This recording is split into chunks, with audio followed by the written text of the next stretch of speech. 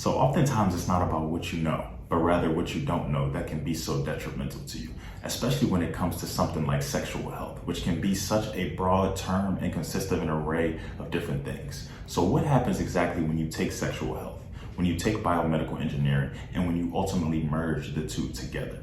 Well, Dr. Soum and the team over at MysteryVibe are doing just that, and they are really experimenting and working together to bring you solutions for problems such as menopause, erectile dysfunction, pain after childbirth, recovering from various types of cancers, you name it. But ultimately, they recognize that there is a lot out there, a lot of information, a lot of things that can work for you and not work for the next person, which is why they have brought in so many different doctors, so many different medical professionals to ensure that these trials are being done properly, these devices are being made properly, and ultimately the equipment and what they're coming up with can bring you the best solution, both short term and long term. So without further ado, enjoy episode 145, Content and Credibility.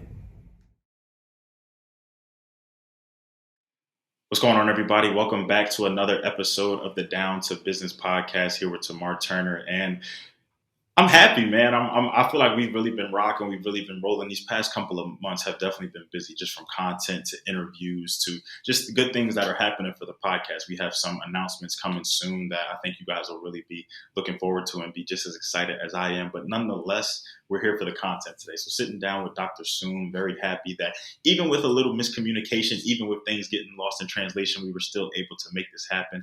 I'm very excited for what he's here to provide y'all with today, for his audience to tap in, for my audience to tap in, and then essentially everybody new in between. So Dr. Soum, how are you today? How's everything?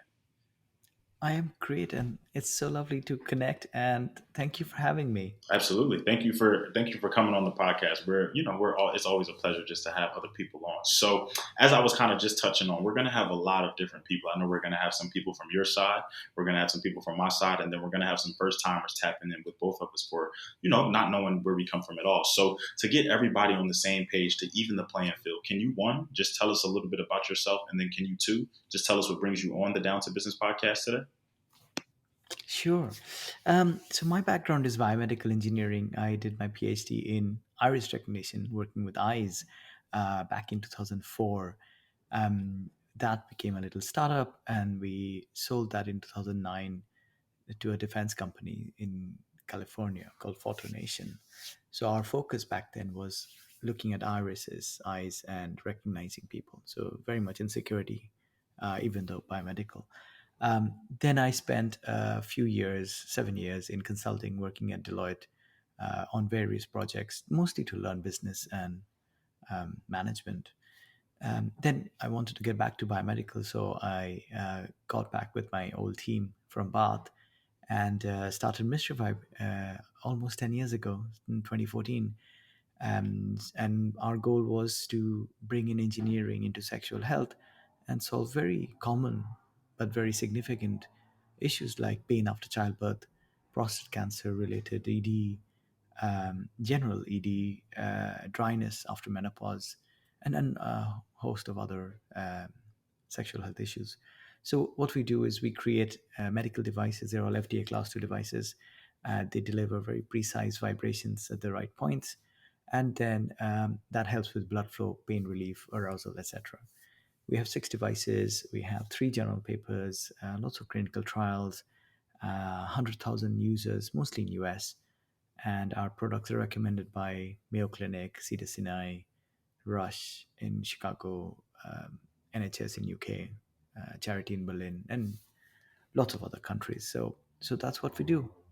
Okay. Well, it sounds like, one, you have quite the team, but two, you guys have quite the testimonials, quite the backing, quite the support. I love that. So before we really get into the products themselves and kind of just even some ins and outs of that, would you say that there was anything in particular that propelled your interest into sexual health? Would you say that as you were kind of studying just engineering, biomedical, everything like that, was there something that kind of propelled you into that? Was this always an interest you had? Was it maybe a situation or something that somebody else had that kind of propelled you to start thinking about wanting to do that? What really got you involved into sexual health itself?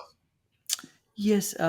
So what happened is during my years in corporate, working in consulting, a lot of the discussions we'd have, and especially what happens is you'd end up on client side and living in hotels a lot of the time when you're a consultant. So in the evenings, you have your colleagues, and there isn't much else to do beyond sitting down with your colleagues and just catching up about life. And typically the most conversations would end up being about major life events, whether it's kids or aging or uh, or cancer, either themselves or in the family, surgery, the health related topics become quite a common thing people talk about. And the and what I noticed is there was a huge amount of discussion about the impact of these major life events on sexual health, like what happens after childbirth, what happens after menopause, what happens after recovering from cancer, what happens after surgery, what happens with something like heart disease. So the and this is more than 10 years ago, and there wasn't any discussion in the media or just anything in public. So what that meant was there is a significant challenge in this area of healthcare, but there wasn't either much information or much discussion in this area. And myself and my old colleagues, we knew that we would always get back to biomedical because that's our core, that's our knowledge, that's our expertise. And we needed a topic to get back to, which was significant enough for us to give up our corporate jobs and get back to startup life again. So that's how we decided that sexual health was the area that we cared the most about, which had the biggest impact, which affected everybody, and there wasn't much happening in that space. Got you. Okay. No, that's definitely understandable. And I feel like there are so many things within sexual health that just aren't talked about, or maybe even misconceptions, or maybe even myths sometimes that we have to debunk, or sometimes we come to our own understanding because we don't want to ask those questions. We don't want to go see those professionals. We don't want to hear someone else tell us about ourselves, so because it's certain things that you just don't want to hear, that you just don't want to accept personally as truth. So the fact that y'all did a lot of just research, but on top of that, it was a lot of trial and error. But even to make the conscious decision to leave what y'all were doing and really step back into this field, to me, it really shows the passion. I really hear what you guys had going on and how you wanted to continue to expand and extend that. So I hear some of what you were saying about some of these companies that are now backing y'all, just the testimonials and over 100,000 users and everything like that. So with getting back into this space, what was that journey like? Really walk me through. How did you go from, really just thinking about devices and what you wanted to do and the research behind it and what questions and issues you wanted to tackle, to now being backed by companies that we all know, like Mayo Clinic, to now having over 100,000 users? What was it really like when it came to marketing, branding, and getting the word out about what y'all were doing? So the first few years was very much R&D, very much working with doctors, understanding what is it that first, what are the areas that we need to tackle, which are the biggest topics, like pain after childbirth, like ED. So what are the very big topics? Then figuring out what is the current solution, how do people address them right now? And in many cases, it's to do with doctors or clinicians using their hands to, with helping with pain. For example, with pelvic floor therapy, it's literally using two fingers to reach and massage the pain areas, like a chiropractor would do on your back. So that was the standard of care, and is still the standard of care today. So that led us to the product design. Product design being creating malleable materials, creating malleable electronics, creating custom design motors. So all of it very much to do with making the products incredibly personalizable. So it fits different body shapes and sizes and can be very effective in delivering the right frequency vibrations at the right points, which would then help with improved blood flow, improved pain relief, improved arousal, and the whole solution. So that would be pretty much the first 5 years of our journey, um, from 2014 to 2019, and with a lot of iterations, a lot of trials, a lot of pilot users, a lot of feedback. And then in 2019 we got our FDA. So that's when we started the started marketing, started reaching out to customers, direct to consumer. So we very much went for the D2C route, setting up our site, going for a very traditional digital marketing, using all the standard channels: Facebook, Google, Microsoft, Pinterest, Twitter, etc. Um, and the key thing for us was, how do we educate people about the problems first and then tell them about the solutions? And a big part of that was writing content. So we've written thousands of pieces of content over the years, from anything to do with medical issues, wellness issues, pleasure issues, just generally answering questions to do with sex. So that's a very big part, I would say, equally important part as our devices, which is the content to create the education, which then goes out through media, through paid marketing, through brand awareness, and then that drives the knowledge, which opens up people's minds about finding the solutions. And if we had the right solution, then they would buy our products, and in 99% cases, we see people benefit. It's very, very rare cases that we don't see benefits. So that's really the high level view of our journey to date. Got you.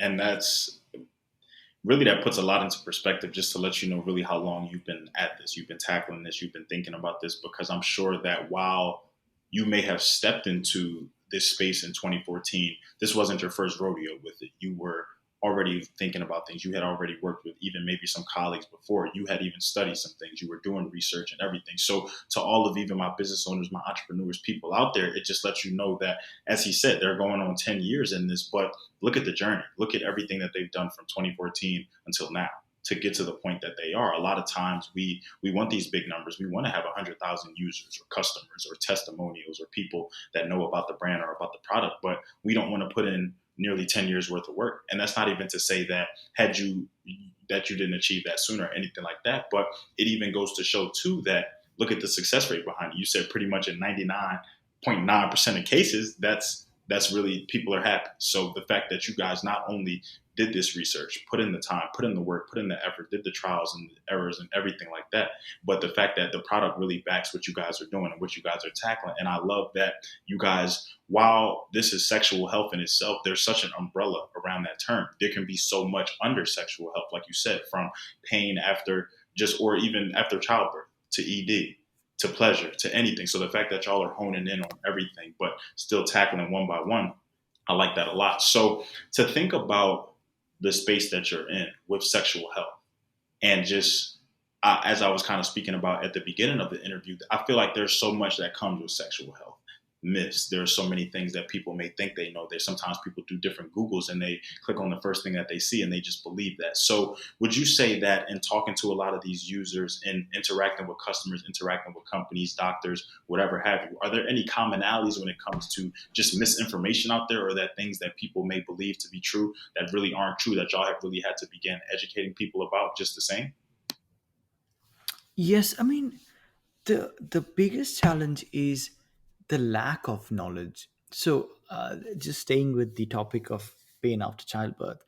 Now, pain after childbirth is often to do with the pelvic floor, and pelvic floor is the muscle that sits at the base, just around the hip cage. The the problem is, if you ask most moms, they wouldn't know what a pelvic floor is, because that education doesn't exist. It's not part of any sex ed. It's not part of the antenatal classes prior to childbirth. It just isn't there. So when they have childbirth, which obviously is a traumatic experience, and they have pain, they don't know what it is to even start looking for a solution. And in many cases, they just assume that that pain will go away without them doing anything. It does sometimes, but it doesn't always. So the biggest thing for us is spreading that knowledge and education in whichever way we can, whether it's writing content, whether it's working with journalists to get newspaper articles out there, whether it's doing posts on Facebook, Google, etc., and then promoting them with paid advertising, um, whether it's brand campaigns on doing creative work, whatever it is, the key for us is getting that knowledge, because it's not even a misconception. It's just there is no knowledge. It's complete lack of knowledge. So the that is the biggest challenge, is how do we get that knowledge in front of the people who need it the most. That's a very good point. And it is crazy that I didn't even think about it like that. Sometimes it's not what you know, it's what you don't know, or you know what you think that you know. But when you really dive deeper into it, it's so much. Like you said, sometimes people will just say that, oh well, if I don't do anything, then it'll just subside, or it'll stop, or it'll. Mm, Oh, and that's not to say that you're wrong, but it's also to say that, well, how long do you wait, or how long do you just do nothing, or continue to be yep. in pain, or deal with adverse side effects? Because sometimes doing nothing can worsen what you already have going on. So in I hear you talk a lot about your colleagues and just who you're working with and how you're getting this word out and disseminating this information. So are when it comes to really just the team and what you guys are doing, is everyone doctors? Do people play different roles when it comes to like marketing and branding and getting content out and everything, is or is everybody kind of just in the same capacity, like within sexual health, some form or fashion, just in medical? Do you guys have kind of people? Because to hear that you guys are backed by these companies that are well known, these Fortune 500s, these household names, to hear that you guys have so many users and everything like that, I would think that, you know, the team is pretty versed and pretty well. So can you give us a deeper look into what the team is, who the team consists of? Is it all doctors? Do you guys have just content people? And what does that really look like on your end? Yes, that's a really good question, because we are a mixture of, I would say, four sets of people. Yeah. So there are obviously the doctors. There's our chief medical officer, who's the head of urology at King's College, which is a very big institution in here in UK. Um, and then we work with a lot of specialists, whether it's andrologists, OBGYNs, pelvic floor therapists, um, menopause specialists, post-cancer specialists. So we work with a wide variety of doctors. And that's one group of people.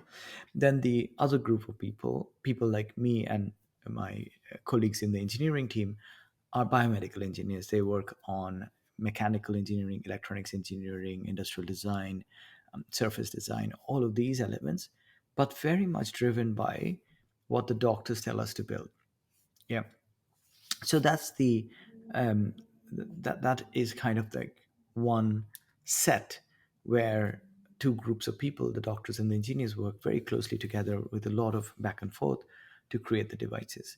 Then the third element and the third group is the marketing team, who has to liaise with the product team and the medical team to understand what is it that we are building, why are we building it, what are the benefits to the patient, how big is the problem, who are the people that this problem applies to generally, and then how do we reach them, whether it's through press, through content, through brand, through paid, whichever is the right channel, and many. So that's the third. And the fourth is operations, logistics, inventory, finance, manufacturing. So the whole operational piece of how do you um, make sure everything is manufactured to the right compliance regulatory levels. How do we quality assure them? How do we make sure the inventory is shipped at the right time? There's always enough stock. How does all of that integrate with the website? So the whole piece of operations is the fourth piece. So all of it together, it's very interconnected, very driven by each other, in order to feel like it's all seamless. Almost sounds like a machine. While you know you named four different sides of the business, essentially, like you said, they're all connected. They all kind of flow off each other. One gear will turn when the other works. They all even kind of help each other in a sense, and one can't operate without the other. Especially that last, the operations, logistics. You need those people. they're arguably the bread and butter of what y'all do. But something I'm also more curious about, and I kind of will ask this maybe in two parts. I'll let you answer this first part, and then I'll kind of go a step further. So we talked a lot about the information and you guys getting the content out there, and however you guys do that, publish that, whatever the case may be. Have you found there to be a most effective medium or way to communicate information to people? Have you found something to be more successful than one another? Do you guys just kind of hit a little bit of everything? So different social media outlets, different publications, different everything, or have you found something that just works and that's pretty much what y'all use to make sure you're communicating with the masses? So what we find works the best is being in very credible news or magazines, because that's what people look up to, that's what people trust.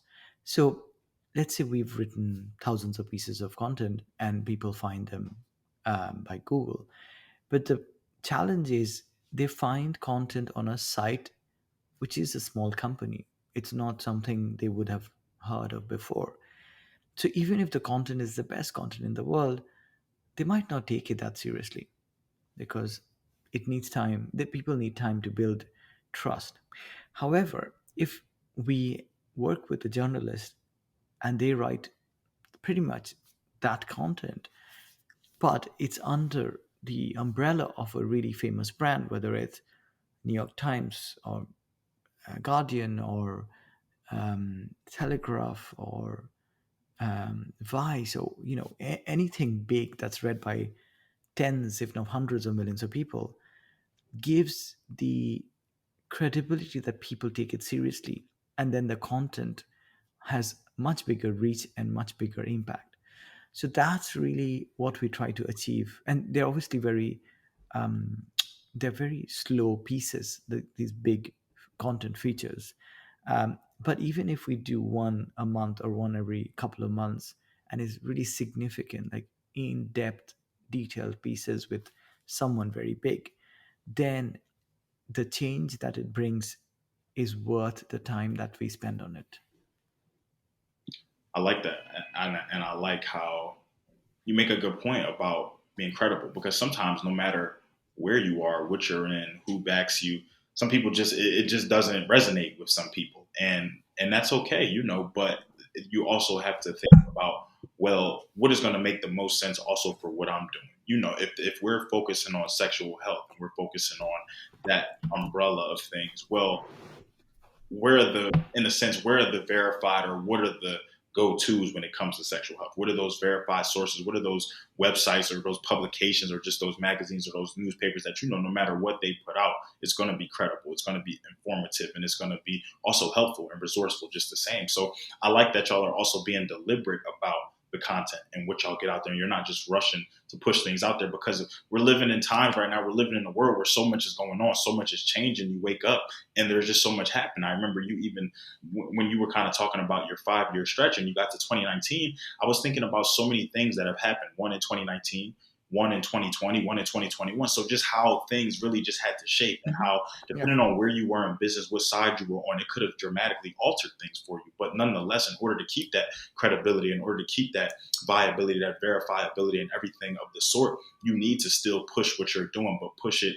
one concisely and push it consistently, but push it, I would say, deliberately and intentionally, because you want people to know that, yes, this is what we're doing. This is what we're also trying to aim and trying to help people. But we're not just going to put things out there just because. We're going to put things out there that are going to be helpful to you, that you're going to be able to spread to other people once you kind of use it and embark it. But we're also going to put things out there that can hit so many different niches and so many different avenues. Because, Yeah. like I said, I feel like sexual health is so large. It encompasses so much, but at the same time, you can easily get lost in translation. So I guess the follow up to that now, well, let me say a few things and just make sure that I'm on the right path. So you're based out of the UK. Is that to say the entire company is also based there, or no?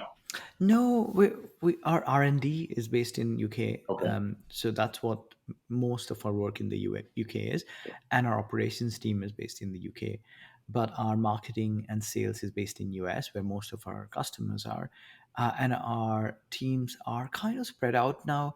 So a couple of our team have moved to South America, who are UK based, but during COVID, they moved to Argentina and Colombia. just to have different um, change of scenery, different lifestyle. So they work remotely. One of our colleagues have moved to Portugal. So I think what's happened is, even though prior to COVID, we were a two country company, so R&D in UK, sales and marketing in US. Now R&D is still UK, is because it's very physical. You have to be in the lab to actually be able to build stuff. So that's still very much in the UK, but everything else is very remote, in the sense that people live wherever they find best for their life. And then I feel everybody is happy and um, you know very efficient with their time and work, wherever they live. Okay, so I guess I'm still kind of on that same line of questioning, but you said something that kind of piqued my interest a little bit. So okay, with being a two country company, but now working and having operations and having teams and colleagues and just yeah, I would more so say just people that keep the company going in different areas. Well, I think about the United States. I think about what our approach to sexual health is, healthcare, everything of the sort. I also know that you named the UK, you named Central America, South America, anything of the sort. I know that no matter where you go, you're going to have differences in just how people handle things, maybe differences in opinions, differences in doctors and just their rationale and their teachings and everything. So with this company, with you guys being established, having a certain type of mission, having what you want to promote to everyone else, what is it really like when you start to get into different countries that have different policies, or even like you spoke about before, the lack of knowledge, getting to these doctors and they may not necessarily operate how you and your colleagues operate? What is it really like trying to translate that information and what you guys are doing on your side to these other countries? So what we do is we only do direct to consumer in US and UK, because the US and UK are very similar, and those are the countries we are present in. We have a really good understanding of. We have a really good network, really good relationships. So those are the only two countries we do direct. Everywhere else, we only do indirect. What that means is we would work with doctors, hospitals, clinics, etc., who then do everything else. So our interaction is limited to working with the doctors, nurses, therapists, and training them and giving them the devices to then do the rest. So we don't get involved at all beyond that. So it's a very hands off approach outside US and UK. We, because like you said, it's really different. So let's say Middle East, it's a great example, because Middle East loves having our products because it can be very beneficial, but it's entirely different society where sexual health isn't really talked about at all, unless it's in a medical setting. So if you go to a urologist and you have prostate cancer, and then you have your prostate removed and you have ED. So all of that is completely fine if you're talking to a doctor, but it's probably not fine, for a newspaper to write about it, or for a blog to write about it, or for someone to talk about it openly. So it's not something we would even be able to figure out on our own. It's just way outside our expertise. So everywhere outside US and UK, our approach is work with the healthcare professionals, give them what they need, and leave it to them to then take care of the patients. Gotcha. I like that. And I feel like two hands off will make things just a lot more productive for y'all, a lot more convenient, but just easier. Mhm. So Yeah. I want to get a little bit more into the products now. So when it comes to just visiting the website, when it comes to coming across the products and you have these users, are these like consultations and you guys are making recommendations? Do people kind of just go on looking for maybe a specific product or a specific like ailment or problem to fix? Is this something where you guys are making recommendations to others, or is it all just kind of people just kind of go shop, add whatever you want, take whatever you want? Or are you guys being even more deliberate in just taking on clients, kind of seeing what's going on with them, maybe doing meetings, follow ups? calls, anything like that, and then making suggestions from there as to what these people should do and how they should move forward? It's a mixture of quite a few things. So, when doctors recommend our products, then the doctor would already tell them, for you, this is the right product. Go to this page and buy it. Or if they're a private clinic, they will stock it and they'll sell it. Yeah. So it's a very direct recommendation from a medical perspective. If someone finds out about us from a press, from an ad, from content, then that would typically drive the behavior. So if the press article was about pain, then they would end up on Crescendo, which is our pelvic pain device. And the page has everything with animations, videos, diagrams, lots of text, etc. So that it has everything you need in that page to explain all the benefits, all the features, all the testimonials that you need. Yeah. So what happens typically from a customer journey is they would discover about us somewhere, whether that somewhere is organic, press, paid, brand, etc. Based on where they have interacted and what they have read, they will land on one of our six products. So our products are on pelvic pain, arousal, dryness, erection, prostate health, and another one on pain. So they will land on that. If they do land on the homepage has very clear sections which tells you which product is for what, and then that is makes it very easy for the user to navigate. I like that, and I like that it's really no one way for y'all. There, obviously, being that there's just no one right answer. Sometimes there's just no one single problem. I love that you guys kind of take it from a different type of approach, and I love that.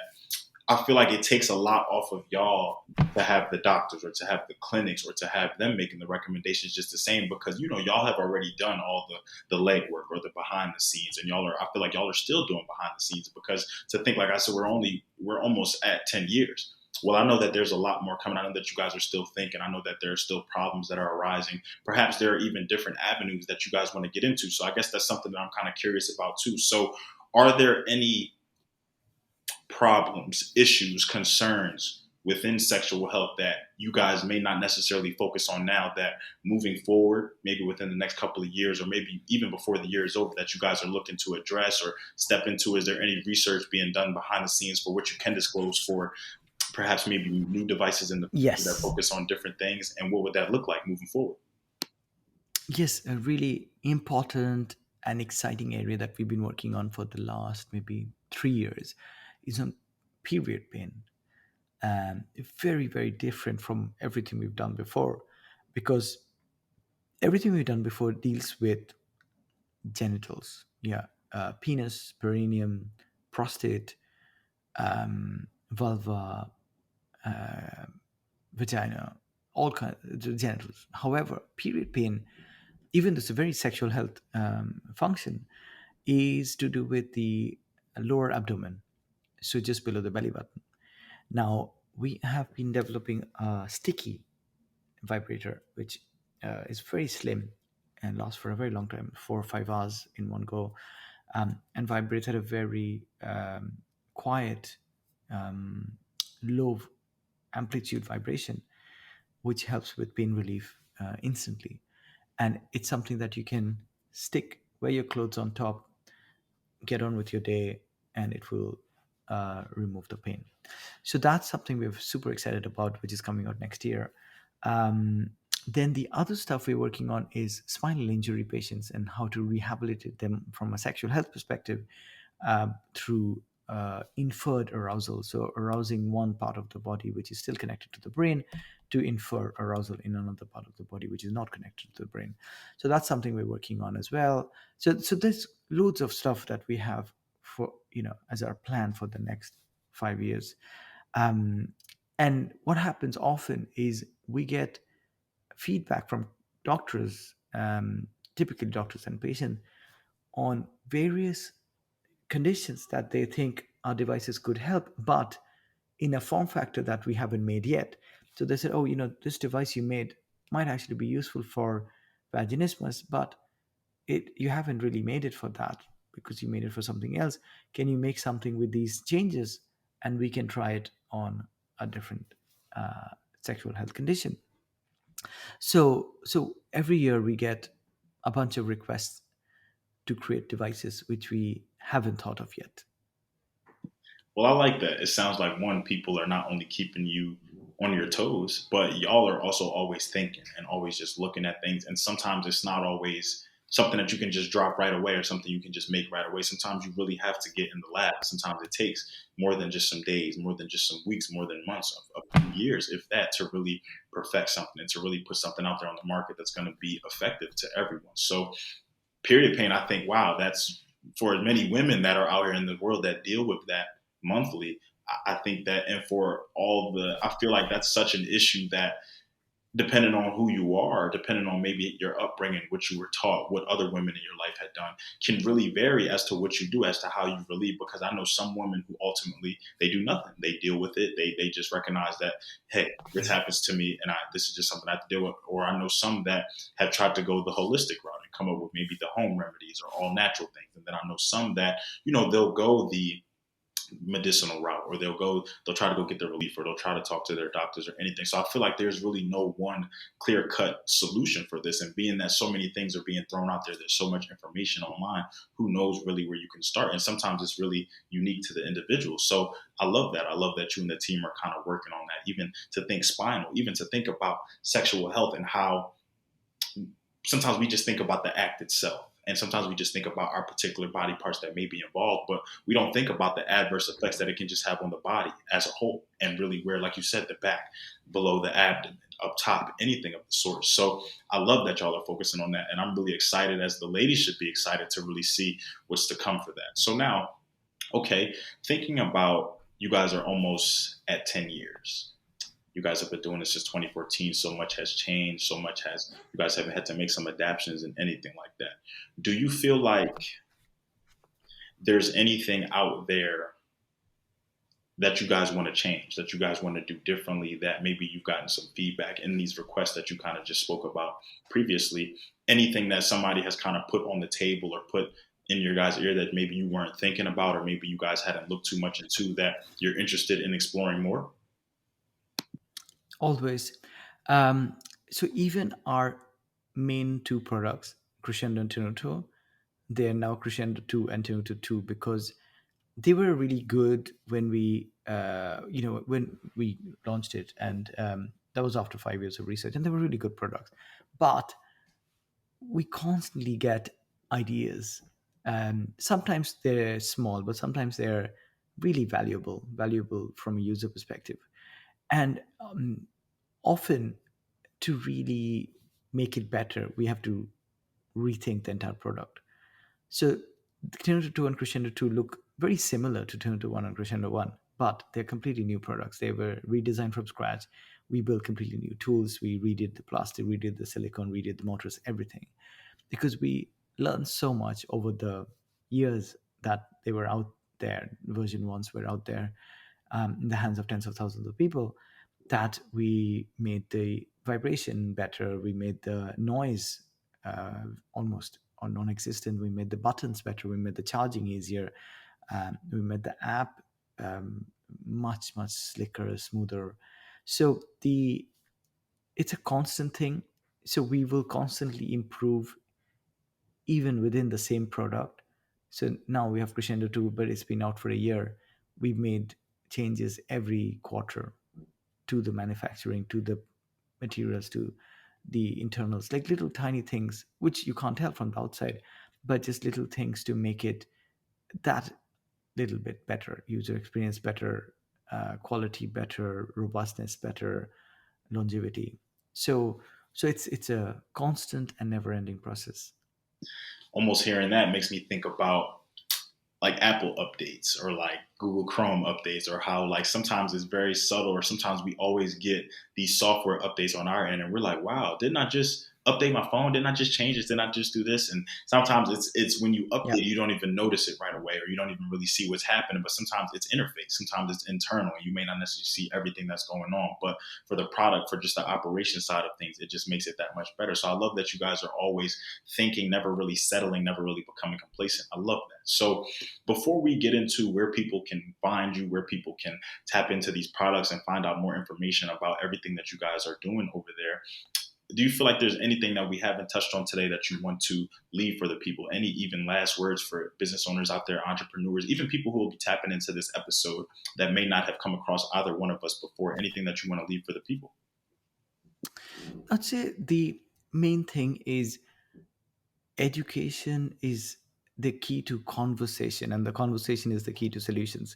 So, what I mean by that is the biggest challenge we find amongst our users is something happens in their life, whatever that is, kid, aging, heart disease, etc. And then their intimacy disappears with their partner. Yeah. And the and they don't know what to do about it. So that's why it's three steps, which is first you need to find answers to your question, like educate yourself, which is what our blog is, and we write hundreds of pieces a month.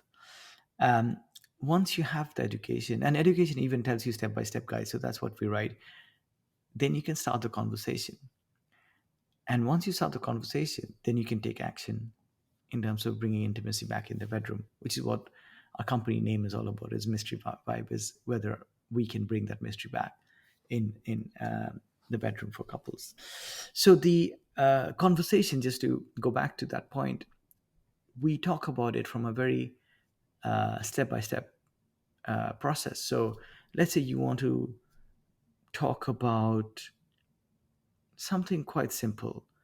Um, Maybe you want to explore erotic audio, yeah, with your partner. Now the question is, if you say that out of the blue and you haven't really talked about this ever, and you're thinking we're not even that intimate yet, we need to get back to being intimate again, that the problem is you have a big fear of rejection. You might be worried that if I say to my husband, wife, boyfriend, girlfriend, whatever, that, oh, I want to listen to erotic audio with you, they might say, "Well, I don't like that." And the worry that they might say that stops you from saying anything. So what we suggest is refer to a really reputable newspaper. This again goes back to the credibility piece. Just search Google for erotic audio news, and you will find someone's written about it who is legit. And they could be, you know, BBC, CNN, whatever. There will be a really famous, big, you know, newspaper which is read by hundreds of millions of people that you and your partner trust. And you find that article and you share that with your partner, and you say, "Hey, look, I came across this really interesting article." And that's it. Leave it at that, because you don't want to say, "This is something I was looking for. This is something I found and it's great," because then you're telling your partner what you think already. But you leave it to, "This was an accidental discovery. This is very interesting. What do you think?" Um, and then you have no, you have nothing to worry about, because if the partner says, "Oh, this is horrible," then you're fine. It's not you. It's just the newspaper wrote something horrible. If they say this is very cool and exciting, then you're like, "Oh, let's go figure it out." So it's a very easy way to start those conversations, but they can only happen once you have the education, right? And the education is reading all the stuff that we write, somebody else writes. And once you are educated on how to start the conversation, then you can start the conversation. And once the conversation starts, the rest follows really easily. So that's what we always profess. I love that. I love that perspective. I like that word, and I like how Education leads to conversation. Conversation leads to solutions. I gotta write that one down. I'm gonna have to steal that one from you. But no, I really do enjoy that. So one, I thank you for all of the time today. I thank you for all of the insight. I thank you, one, for what Mystery Vibe is just doing in the community and really what you guys are doing to just transform, to educate, to really revitalize what's going on. Like you said, trying to bring back that mystery, trying to bring back that vibe, really to see what's going on. So arguably the most important part of the interview here. So people need to know where to go. People need to figure out where to tap in with you, where to find out all about the company, and even see if it's near to them. So for everyone out there who is looking to find out more information about Mystery Vibe, maybe even get in contact, talk to some doctors, some officials, anything like that, what are the best places to reach you? What are the best places to just check out, whether it be social media, website, anything of the sort? Give us everything. Oh, it's very simple. Just mysteryvibe.com. Everything is on our site. Our blog with thousands of pieces of content, our product pages with tons and tons of information on what it does, what the benefits are, what the use cases are. Lots of images. It's called Play. So it's basically this huge book of positions that you can try so that we can really help you um, with creative ideas on how to make the most of the devices or to make the most of your intimate time with your partner, guides on how to start conversations, um, just visual images, like a huge repertoire of pictures to delight you. So we have everything. Everything's on mysteryweb.com. Gotcha. All right, folks. Well, look, you heard it here. I think that there is definitely something for everyone out there. And if not for you, it's for someone who you may know, a partner, friend of a friend, anything like that. I feel like, you can never go wrong with education because you don't disguise the limit ultimately. And the fact that they were always transforming and always working on things, who knows? He may not be able to, a Mystery Vibe may not be able to satisfy what you may need right now or what you're looking for right now. But as Dr. Soum kind of told us all throughout this interview, they're always working. They're always brainstorming. They're always getting recommendations, requests. So the ball and the wheel is always turning ahead. So Dr. Soum, from Down to Business to Mystery Vibe, we thank you guys so much. We are wishing you nothing but the best of luck, the best of success. We're excited to see everything that's coming. But more importantly, thank you for the time today. To everybody who's been tapping in, to everybody who will tap in, who sees this episode, we love you all. We thank you. This has been another episode of the Down to Business podcast here with Tamar Turner.